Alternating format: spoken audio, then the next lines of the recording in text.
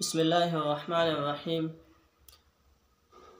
چې په چا باندې قرضونه وي یا چې څوک غریب وي، نو هغه دپاره یو بهترینه وظیفه الله الصمد ده چې د سحر مونځ نه پس او د ماښام مونځ نه پس 101 بار ویل دي. مخکې وروسته درود شریف دی. چې په چا باندې هم قرض وي یا غریب وي، پیسې ورسره نه وي، هر قسمه مشکلات پې وي، د پیسو څه نور ټینشن وي، نو هغه د الله الصمد د سحر مونځ نه پس او د ماښام مونځ نه پس 101 ځل وایي. مخکې وروسته د درود شریف ویل دي. نو الله جل شانه به د قرضونه هم ختم کړي، د دا پریشانی، دا تنګسیا، دا ټول به هر څه ختم کړي. خو د ده دپاره شرط دا دی چې دی به 5 وخته مونځ کوي.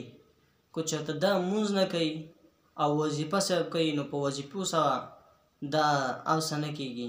چې دی مونځ کوي، د الله نه سوال کوي او د الله طرف ته متوجه وي، نو انشاءالله الله جل شانه به د هر قسمه مصیبتونه، تکالیف چې دي، تنګسیا ده، قرضونه دي پې، هغه ټول به د ختم شي او الله جل شانه به ده ته د ده لاره به پراخه کړي. نو د دې دپاره شرط دا دی چې دی به 5 وخته مونځ کوي. الله الصمد وظیفه ده 101 بار ویل دي، د سحر مونځ نه پس او د ماښام مونځ نه پس. که چا زموږ چینل نه وي سبسکرایب کړی، نو هغوی دې زموږ چینل سبسکرایب کړي، د دپاره چې هره نوې ویډیو هغه تاسو ته درځي.